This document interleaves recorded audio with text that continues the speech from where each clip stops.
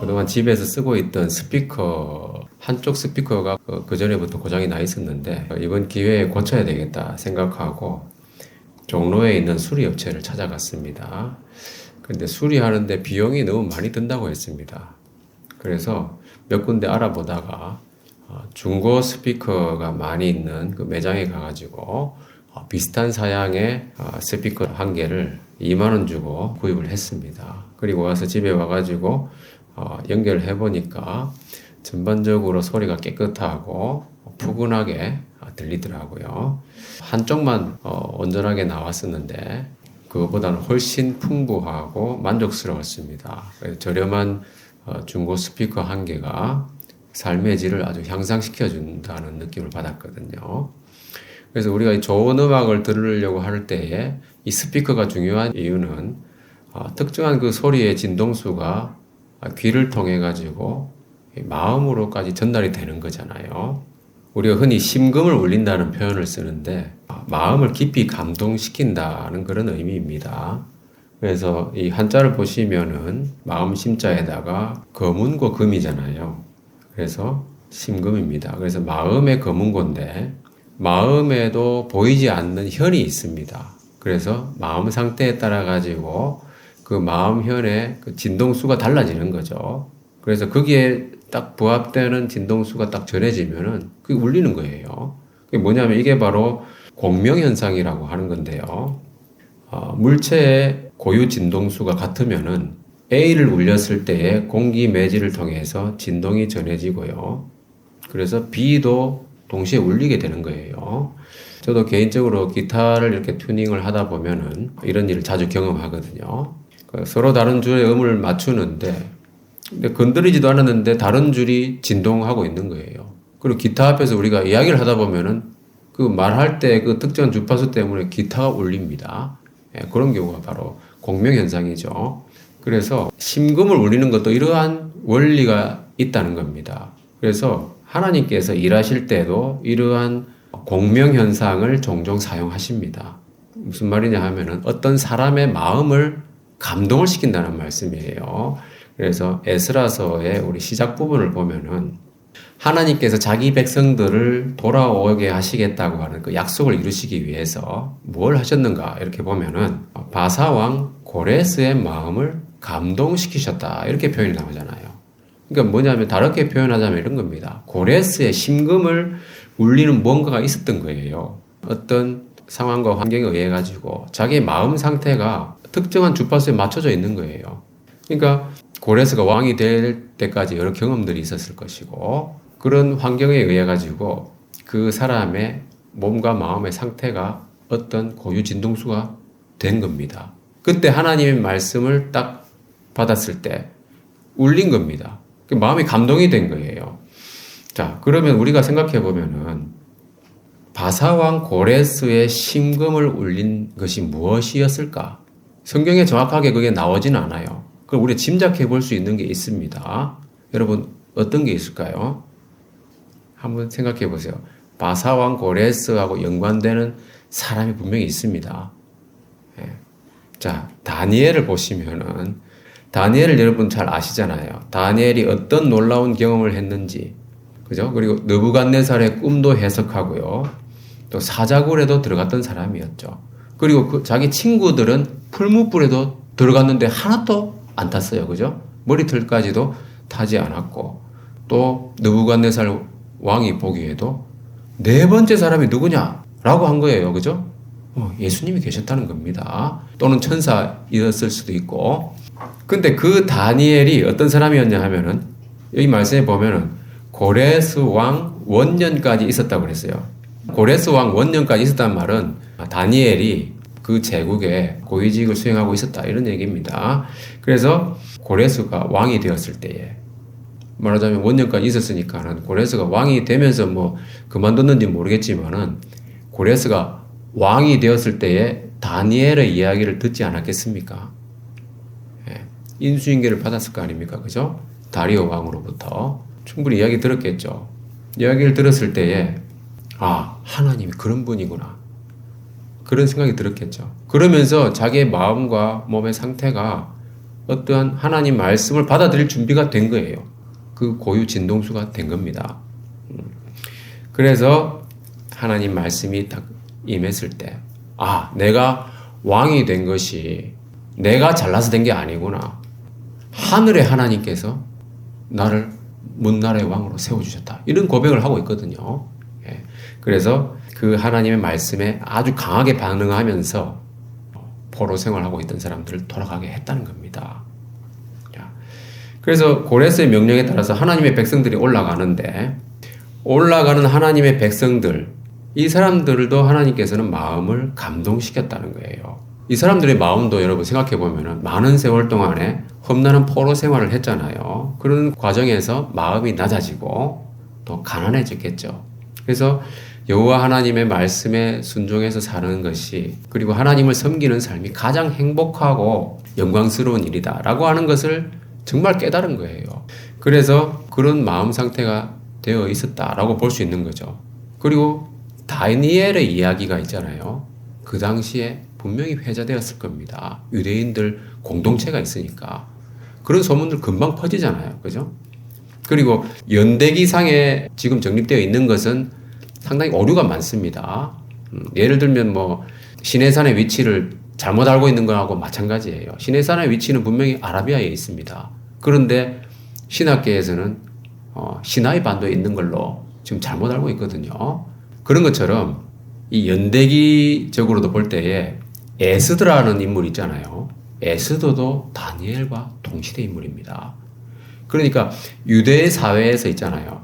에스더와 모르드게가 경험했던 그런 이야기들도 유대인들은 다 듣고 있는 거예요. 그 당시에 또 그런 성경들이 쓰여졌잖아요. 그러니까 유대인들은 자기들이 그렇게 험난한 포로 생활을 하고 있고 또 그런 이야기들도 회자되고, 그러니까 영광스러운 하나님의 말씀을 정말 따르면서 살아야 되겠다. 이런 마음의 준비 상태, 말하자면 고유 진동수가 형성되고 있었다는 겁니다. 그래서 하나님께서 딱 말씀을 내리셨을 때 딱 반응을 하는 거죠. 그래서 하나님께서 일을 하실 때도 그러한 공명 현상을 자주 이용하신다, 활용하신다 하는 겁니다. 또 이러한 영적인 공명 현상이 어떻게 나타나는지를 또 살펴보면은, 자, 에스라가 오기 전에 예배 회복과 성전 재건이 있었습니다. 그리고 에스라가 와가지고 좀 더 체계적으로 하나님을 섬기는 삶을 시작하게 된 거죠. 그래서 백성들에게 말씀을 가르치고, 그죠? 준행하도록 한 거예요. 본인이 모범을 보이면서. 그랬는데 무슨 일이 발생했습니까? 하나님이 엄격하게 금지하신 이방인들과의 통혼 문제가 발생한 거예요. 근데 여기 보면은 거룩한 자손이 그 지방 사람들과 서로 섞이게 하였는데 방백들과 고관들이 이 죄에 더욱 으뜸이 됐다고 그랬잖아요. 심각한 문제가 발생한 거예요. 말하자면. 그러다 보니까 에스라는 이 이야기를 듣고 정말 마음에, 우리 성경에 보면은 기가 막혔다는 표현이 있잖아요.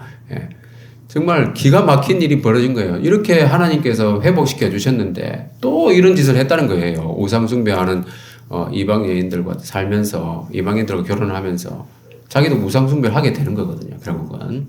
그래서 우리가 생각해 보면은 지금까지 하나님께서 하나님의 어떤 계획에 따라서 아주 질서정연하게 백성들을 귀환시켜 가지고 이스라엘의 회복의 역사를 이루어가고 계셨는데 갑자기 거기에 불협화음이 생긴 겁니다. 자, 한번 생각해 보세요. 오케스트라 연주 잘하고 있는데 갑자기 어떤 사람이 정신을 잃고 바이올린을 아무렇게나 켰다고 생각해 보세요. 그러면은 듣는 모든 사람들이 얼마나 불쾌감을 느끼겠습니까? 그 이상이라는 거죠. 여기에 에스라가 느꼈던 것은. 그래서 에스라는 마음이 찢어지는 경험을 하는 거예요. 그래서 9장의 3절 4절 말씀을 보면은 속옷과 겉옷을 찢고 머리털과 수염을 뜯었다. 그래서 기가 막혀서 종일토록 멍하니 앉아 있는 겁니다.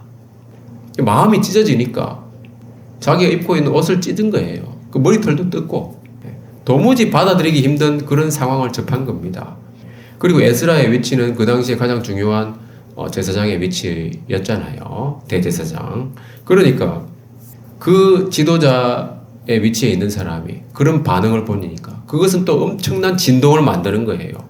그런데 에스라가 그렇게 행동을 취했을 때 사람들이 에스라에게 모여왔는데 여기에 모여온 사람들을 어떻게 표현하고 있느냐 하면은 이스라엘의 하나님의 말씀으로 말미암아 떠는 자라고 표현되어 있습니다. 그러니까 에스라가 강한 진동을 만들었어요. 하나님 말씀으로 돌아가고자 하는, 그죠? 그 회개의 진동수를 만든 겁니다.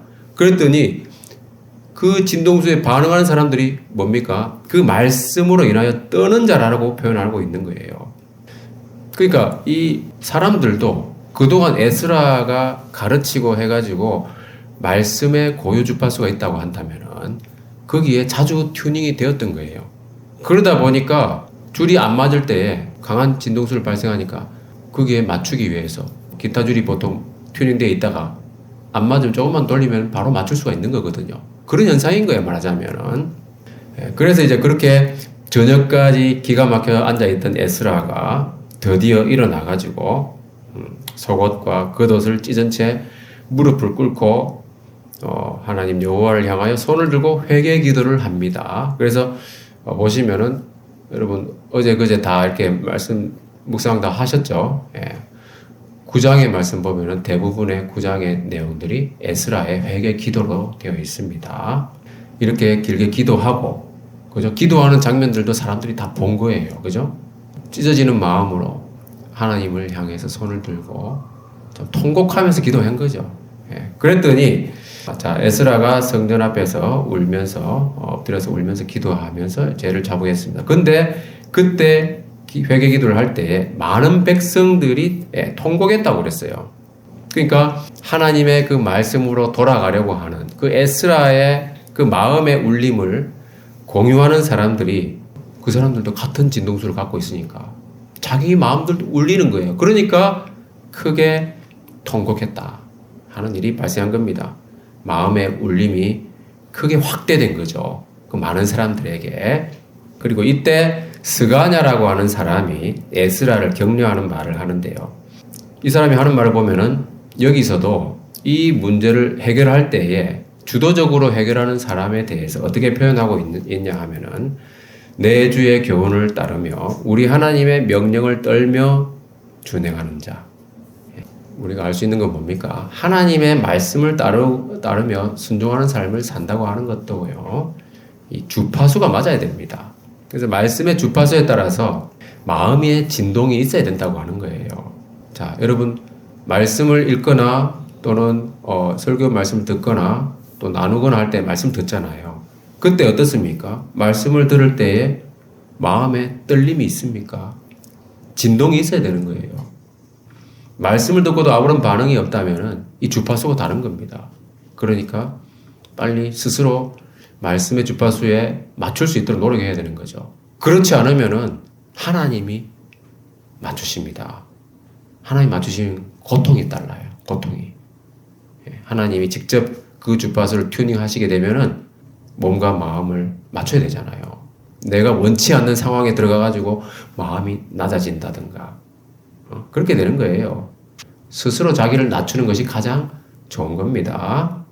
그런데 이러한 마음의 공명 현상이 매우 극적으로 나타나는 장면이 바로 오늘 본문에 나옵니다. 자, 오늘 본문의 9절 말씀을 보면은 이 문제를 해결하기 위해서 사람들 예루살렘으로 모았습니다.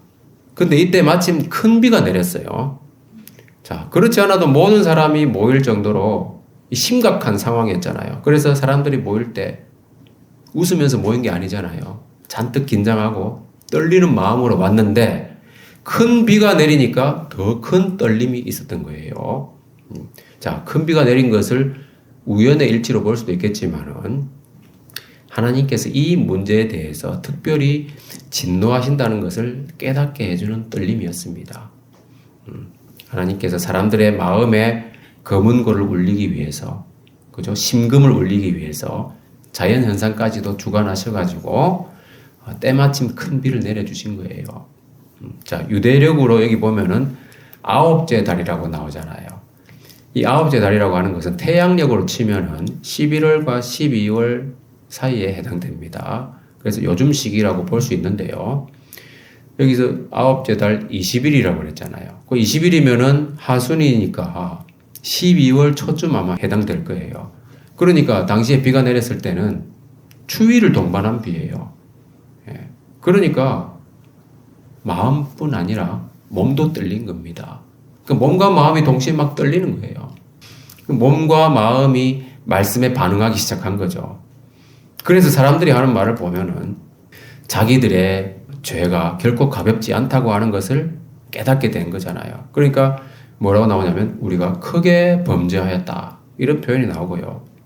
그리고 이 일로 인한 하나님의 진노가 임박했구나 하는 것을 깨닫는 겁니다. 예. 그 전에 예레미야가 말씀 전하고 할 때는 사람들이 하나님 말씀을 믿지 않았잖아요. 그죠? 바벨론 왕이 와가지고 다 잡아갈 거다. 항복해라. 하나님 말씀을 항복하는 거였는데 사람들 우리는 이길 수 있다. 그 거짓 선지자들의 말을 믿고 하나님 말씀을 무시했습니다. 임박한 진노를 깨닫지 못했던 거예요. 그러나 지금은 어떻습니까? 사람들이 하나님의 진노가 가까이 왔구나 하는 것을 깨닫는 거예요. 그러니까 이 말씀을 보면은 우리 하나님의 진노가 우리에게서 떠나게 하소서라고 이야기하잖아요. 영적인 분별력이 생기는 것이고 영적 각성 운동이 일어나는 겁니다. 이렇게 말씀으로 돌아가고자 하는 이 회개의 운동이 모든 회중에게 공감을 얻게 되는 이유는 무엇이었겠는가? 제가 조금 전에도 말씀을 드렸지만은 에스라가 와가지고 하나님 말씀을 이스라엘에게 가르치면서 사람들의 마음이 정기적으로 하나님 말씀에 익숙해졌다는 거예요. 자주 튜닝 됐다는 겁니다. 그죠? 우리 그리스도인들이 참 아쉽지만은 평일날 잘 못 살 때도 많이 있잖아요. 그죠? 그렇지만 주일에 와가지고 기도하고 하나님께 자복하고 하면서 내 마음과 몸을 하나님께 맞추는 거예요. 그런 과정들이 정기적으로 일어났다는 겁니다. 그러니까 루틴이 중요한 거예요. 루틴이. 신앙생활 루틴이라고 하는 것이 그래서 중요한 겁니다. 언제든지 돌아올 수 있으니까. 그래서 규칙적으로 자기의 삶을 말씀에 비추어 보는 그런 습관을 들이게 되면은 비록 우리가 연약하여 넘어지더라도 다시 일어서는 것이 가능하다는 거예요. 자, 여기까지를 정리해 보겠습니다. 자, 이것이 바로 하나님을 향한 떨림이라고 할 수 있는데요. 하나님은 사람의 마음을 감동시켜서 일을 하십니다. 이게 바로 영적 공명 현상이죠. 성전 재건 명령을 내린 고레스를 감동시켰고요. 그리고 귀환 자들도 마음을 감동시켰었어요. 그리고 이스라엘이 귀환해가지고 또 죄를 지었잖아요. 그 죄의 회개를 위한 몸과 마음의 떨림을 자연현상까지 동반하셔가지고 일으키신 거예요. 그래서 이렇게 진정한 회개를 할 수 있는 에너지는 어디서 나오냐면 결국은 하나님의 말씀의 그 주파수에 몸과 마음을 자주 튜닝을 했기 때문에 그게 가능한 겁니다. 그리고 또 우리가 이 회개 운동의 성공 요인을 또 한 가지를 고려해 보자면은 자, 하나님의 말씀을 준행하는 이 지도자의 떨림이 있었다는 겁니다. 말씀의 진동수가 있잖아요. 그것을 가장 가까이서 전해줄 수 있는 사람, 정확하게 전해줄 수 있는 사람, 바로 말씀을 가까이서 준행하고 그걸 경험하고 하는 사람이 정말 떨리니까 그 기준 진동수가 있을 거 아닙니까? 그 기준 진동수를 정확하게 전달하는 거예요. 그러니까 제사장으로서의 이 에스라가 최고 지도자 역할을 하면서 평소에 말씀을 연구하고 준행하는 사람이었습니다. 그리고 가르치는 사람이었어요. 그 말씀에 항상 자기 자신을 튜닝을 하다 보니까 삶의 기준이 되는 그 말씀의 주파수를 그대로 전달할 수 있었다는 겁니다. 이것은 우리 적용의 관점에서도 아주 중요한 원리죠. 말씀을 전하는 사람은 하나님 말씀을 그대로 전해야 되는 거예요. 가감을 해서도 안 되고 특정한 부분만 자기가 좋아하는 말씀, 쉬운 말씀 이런 것만 계속 전해서도 안 되는 것이고 골고루 전하는 게 중요합니다. 그것이 우리 교회의 사명이기도 하고요. 말씀의 원리를 정말 그 고유의 주파수를 정확하게 전달하는 것이 중요하다는 거예요. 그렇지 않으면은 하나둘씩 왜곡되다 보면은 나중에 가면 이렇게 각이 벌어지는 것처럼 돌이킬 수 없는 결과가 나타나는 거죠. 지금 우리나라의 많은 교회들이 참 안타깝습니다. 지난주에 제가 어떤 영상을 소개받아서 보니까 대형 교회인데 여러분 보셨나 모르겠어요. 뉴스에 나왔더라고요. 부목사가 어떤 성도 기도하러 나갔는데 따라 나가가지고 붙잡고 집어 던졌어요. 그래가지고 4주 입원을 4주 진단이 나온 것 같더라고요. 성도들이 다 보는 데서 그렇게 한 거예요. 그 누가 또 찍었더라고요. 그거를 동영상을. 도대체 지금 교회가 어디로 가고 있는지 모르겠어요. 우리는 정말 하나님 말씀에 튜닝할 뿐입니다. 다른 사람의 말이 아니고 하나님 말씀. 여러분들이 스스로 말씀을 읽어야 돼요. 말씀을 읽고 묵상하고 스스로 해야 됩니다. 안 그러면은 목사가 하는 얘기가 하나님 말씀인 줄 착각하는 사람도 있습니다, 여러분. 목사가 잘못 이야기하면은 그것을 분별할 줄 알아야 됩니다, 여러분. 그러기 위해서는 여러분들이 말씀을 읽어야 돼요.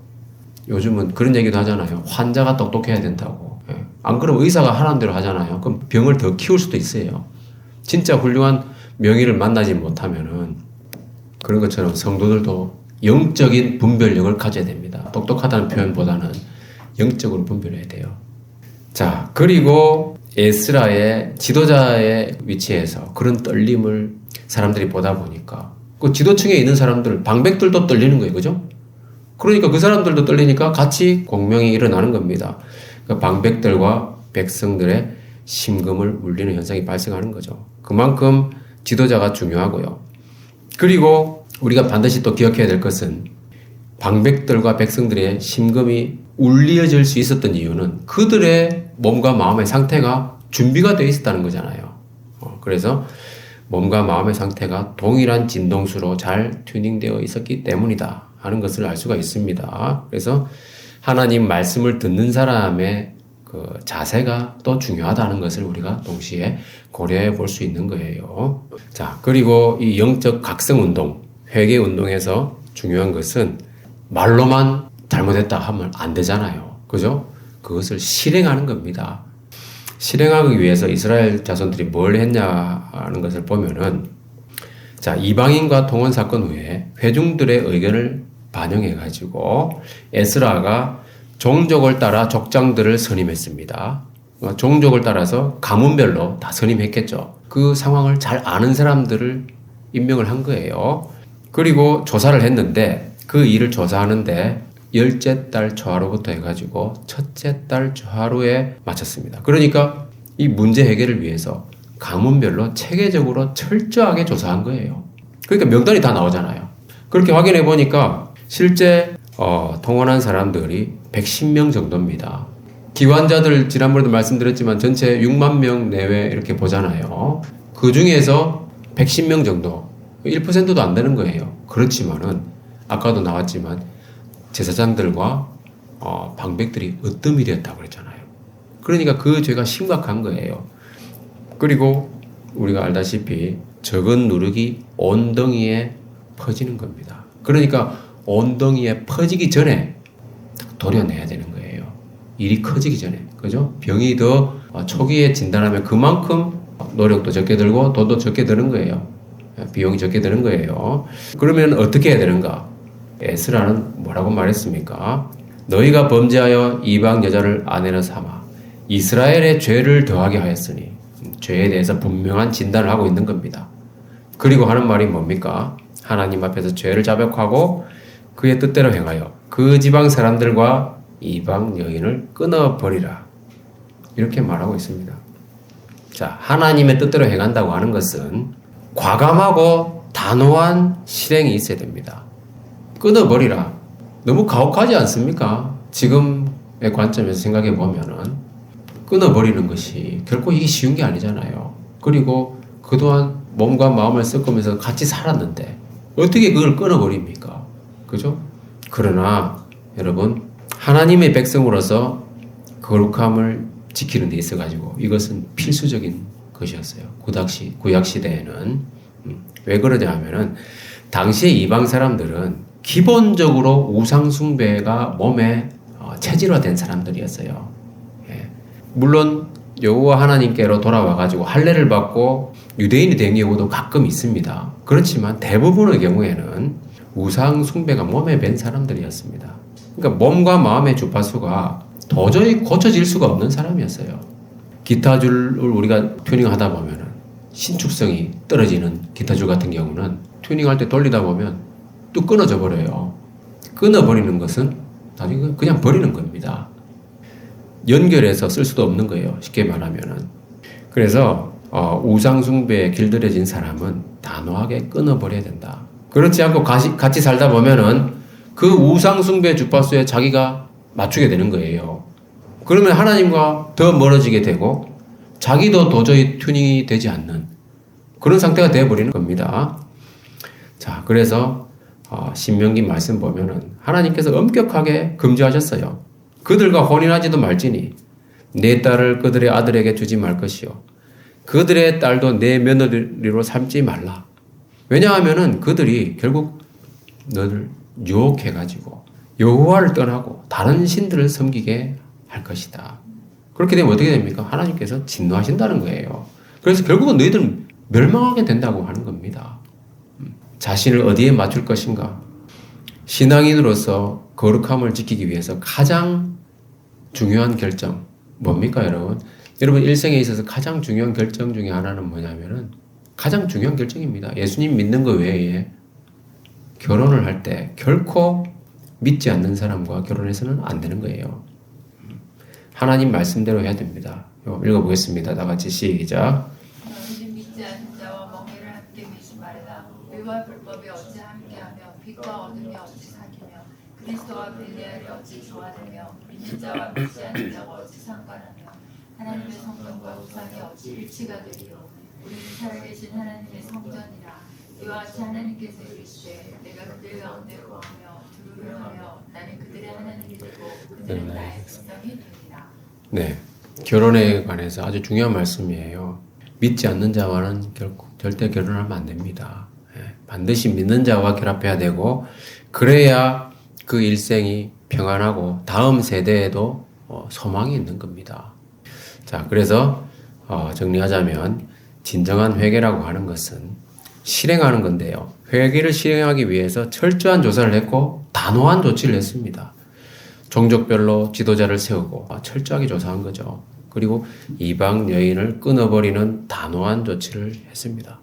그래서 우리가 적용하자면은 하나님의 성전, 우리의 몸이 하나님의 성전이잖아요. 그죠? 하나님의 성전과 우상은 일치될 수가 없는 거예요. 그래서 그걸 분명히 알고 우리는 하나님 앞에서 거룩함을 지켜야 된다. 자, 말씀을 마무리하겠습니다. 자, 건축공학이나 재료공학 용어에 보면은 소성 변형이라고 하는 말이 있거든요. 이게 뭐냐면 가해주는 힘이 사라져도 영구적으로 남게 되는 변형입니다. 소성 변형이라고 하는 것은 탄성이 없는 거야. 그러니까 탄성 변형은 뭐냐면은 원래 상태로 돌아오는 거잖아요. 근데 소성 변형은 돌아오지 않습니다. 자, 그래서 여기 보면 항복 강도라고 되어 있잖아요. 예. 이 항복점을 넘어버리면은 돌아오지 않는 거예요. 자, 하나님께로 향한 믿음의 삶에도 마찬가지입니다. 소성 변형이 일어나면 안 되는 거예요. 그래서 우상 숭배하는 사람을 조심해야 되는 겁니다. 거기에 자꾸 길들여지다 보면은 못 돌아옵니다, 여러분. 우리는 연약하기 때문에 누구나 넘어질 수 있습니다. 그러나 다시 일어나는 복원 에너지를 지녀야 되는 거예요. 하나님의 말씀으로 신속하게 돌이키는 것이 중요한 거예요. 그것이 바로 영적인 탄성 복원력입니다. 그래야 하나님의 말씀의 진동수에 우리를 맞출 수 있고 하나님 말씀에 올바른 반응을 할 수 있는 겁니다. 자, 잠언 말씀 마지막으로 한번 읽어보겠습니다. 시작. 대저 의인은 7번 넘어질지라도 다시 일어나려니와 악인은 재앙으로 말미암아 엎드러집니다. 네, 넘어지지 않는 사람이 의인이 아니고요. 회개하고 다시 일어나는 그 복원 에너지를 가진 자가 의인입니다. 그래서 회개도 말로만 하는 것이 아니라 실제적으로 죄를 버리는 것이고 나쁜 습관들은 단호하게 끊어버리는 결단이 있어야 되는 겁니다. 그럼으로써 우리가 하나님의 백성으로서 한 걸음씩 거룩함으로 나아가는 겁니다. 따라서 우리는 믿음으로 의롭게 된 참된 의인으로서 하나님의 주파수에 자신을 자주 맞추어서 영적인 공명 현상을 자주 경험하시기를 주님의 이름으로 축원합니다.